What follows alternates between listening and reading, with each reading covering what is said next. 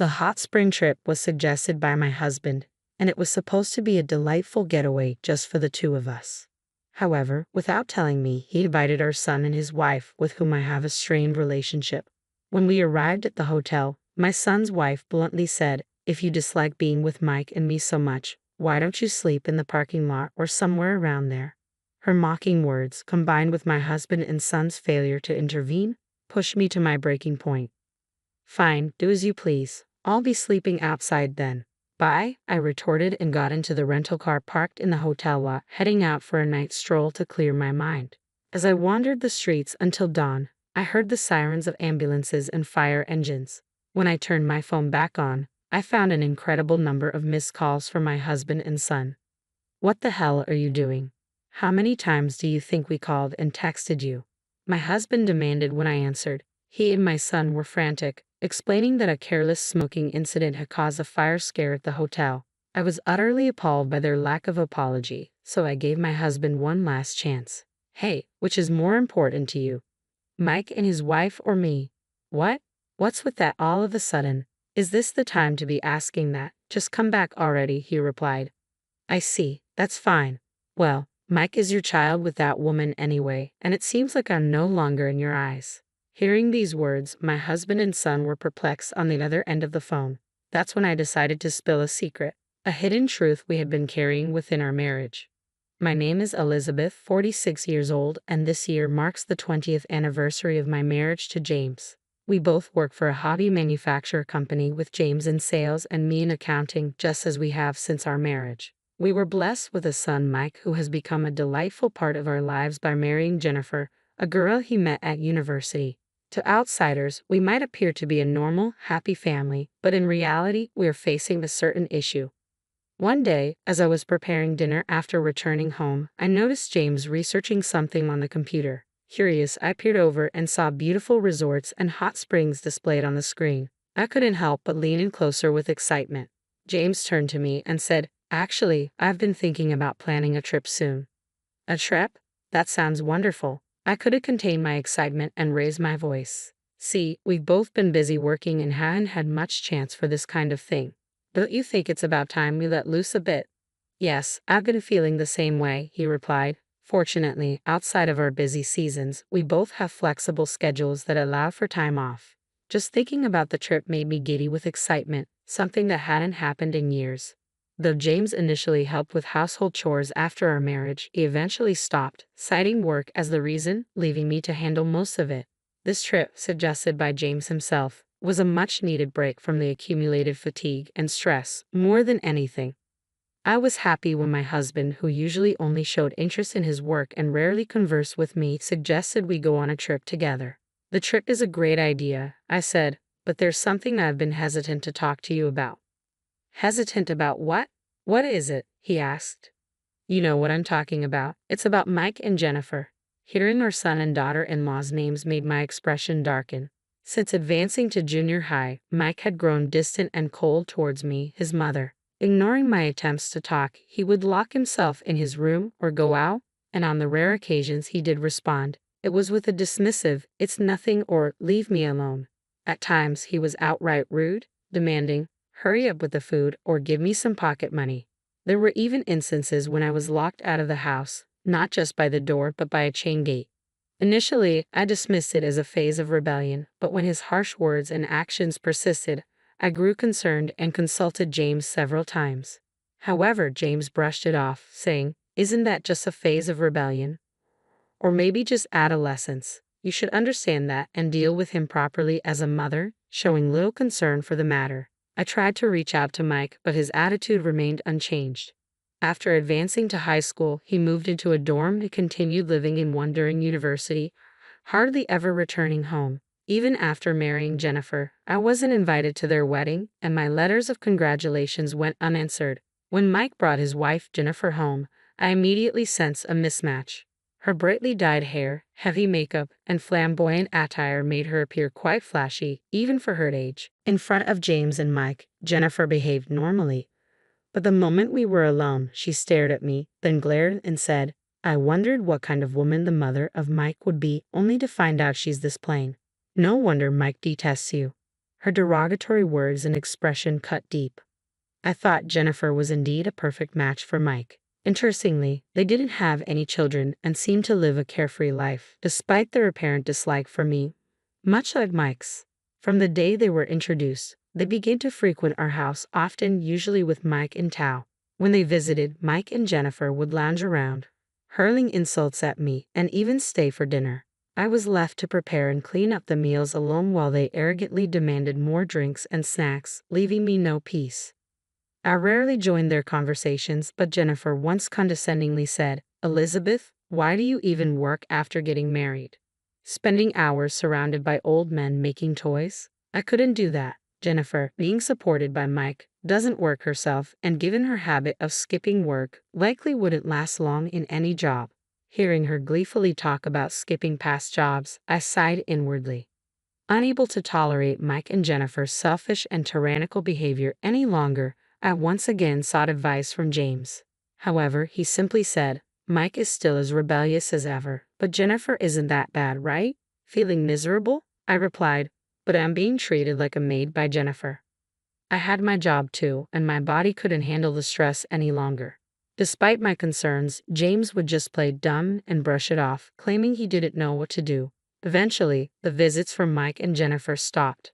Whether they no longer wanted to see me or had other obligations such as work or finances, the reason was unclear, but their absence from our home was certain. Still, it seemed James continued to meet with them. Sometimes I could smell their perfume and cigarette smoke on him when he came home.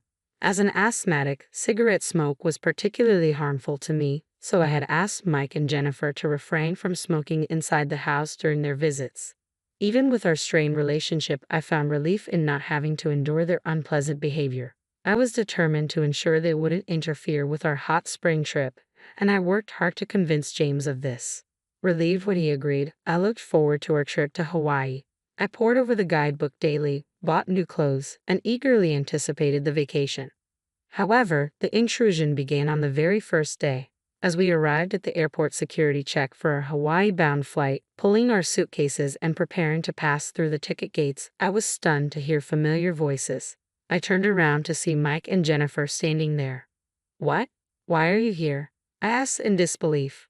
"Didn't Dad tell you? We decided to come along to Hawaii," Mike replied. I was dumbfounded and glared at James. "Mike and Jennifer have always dreamed of going to Hawaii," he said. "I'll handle them, so please let's go together." I was astounded. Despite all my efforts, including working hard and dieting for this trip, James still prioritized Mike and Jennifer. My plan seemed ruined, and I decided there was no point in going to Hawaii with such unpleasant feelings. As I was about to turn back, Mike and Jennifer stopped me.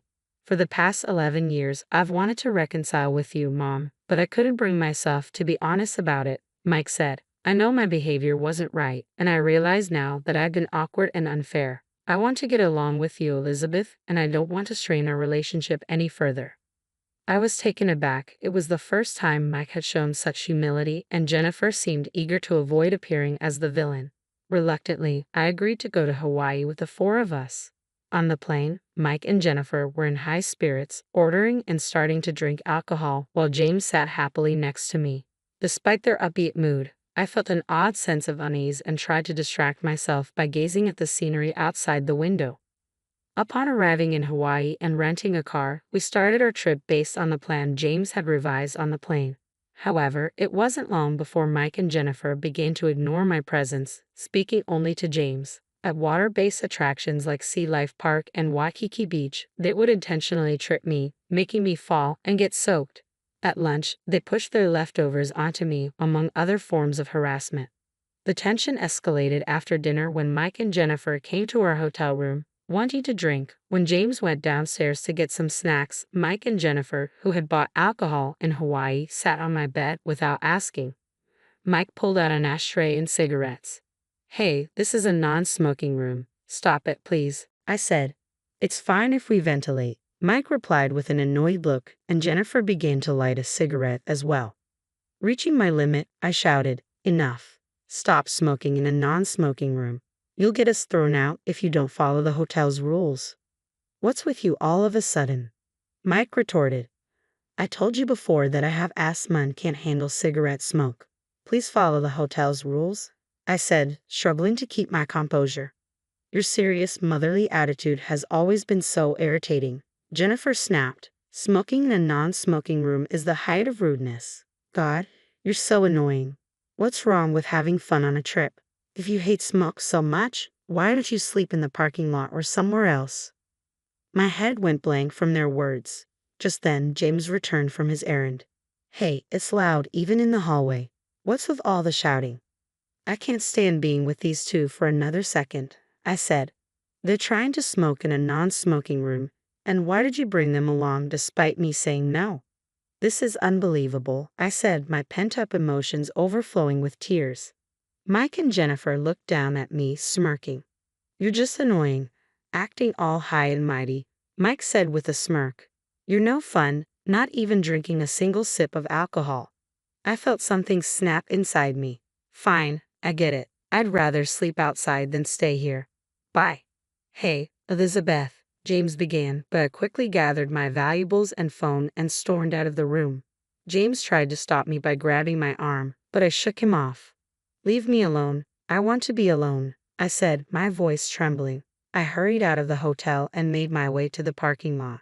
There was no sign of James following me. I got into the rental car and drove around Hawaii at night, trying to clear my head. Despite my suspicions, Mike and Jennifer hadn't changed their attitude towards me, and James was no better. Despite my desperate pleas, he had brought Mike and Jennifer along without my consent. It seemed impossible to continue any semblance of a family relationship after this trip, especially with the secret about James and Mike that I had kept hidden. The more I thought about it, the more anger and sadness overwhelmed me, so I kept driving to calm myself down.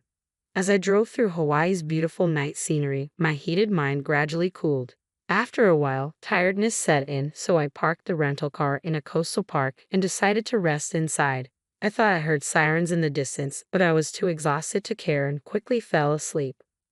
When I woke up, dawn had broken, and the sparkling sea greeted me with its beauty. Soothing my spirits, I had breakfast at a seaside diner and then remembered to check my phone. I had turned it off before driving because I didn't want to hear from James or see his texts. Now, calm, I turned on my phone and was shocked by the number of missed calls and texts starting from around 11 o'clock last night. There were at least 30 or 40 of them. Just then, a call from James came in. What the hell are you doing? Do you know how many times we've tried to reach you? I've called and texted you. James's voice was a mix of anger and distress. What do you mean? I just had breakfast at a seaside diner, I replied, confused. While we're in deep trouble, you're casually having breakfast. Mike's voice came through, irritated. What trouble are you talking about? It's exactly as it sounds, James said. After you left, we had a little party with cigarettes, alcohol, and snacks. Before we knew it, we fell asleep, and when we woke up, the room was filled with smoke. A fire? I asked, horrified. Yes, James confirmed. The cause was Mike and Jennifer's cigarettes not being fully extinguished. Thankfully, it was just a small fire, but the fire trucks arrived in droves, and everyone in the hotel had to evacuate. Now we're being blamed for it. Jennifer suffered a minor burn and was taken to the hospital. Mike and I have to go to the police for questioning and apologize to the hotel staff. I see now, the sirens I heard last night must have been for that, I said, stunned by the extent of their carelessness. Then James, in his usual carefree and irresponsible manner, said, So, we're tied up here and can't leave. Can you go to the hospital and stay with Jennifer? The lack of apology and his prioritization of Jennifer over me made it clear that some things would never change. I decided to give James one last chance. James, who is more important to you, me or Mike and Jennifer? What? Why are you asking that now? This isn't the time, James replied, sounding bewildered. Well, I said, by then, I was completely disillusioned with James's attitude. Hey, what do you mean? Don't joke around at a time like this, James said, his frustration evident. Well, Mike is your child with that woman, and it seems I'm no longer in your thoughts, I said, as both James and Mike looked confused by my words.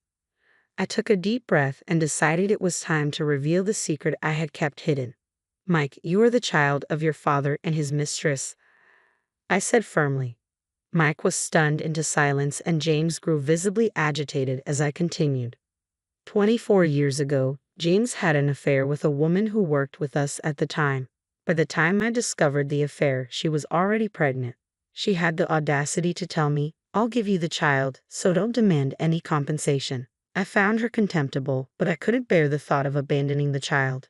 So, I decided to raise the child, yourself, as my own without seeking any compensation. The mistress was fired, and James's affair became known, but taking you in helped soften the blow. Despite not being biologically related, I raised you as my own.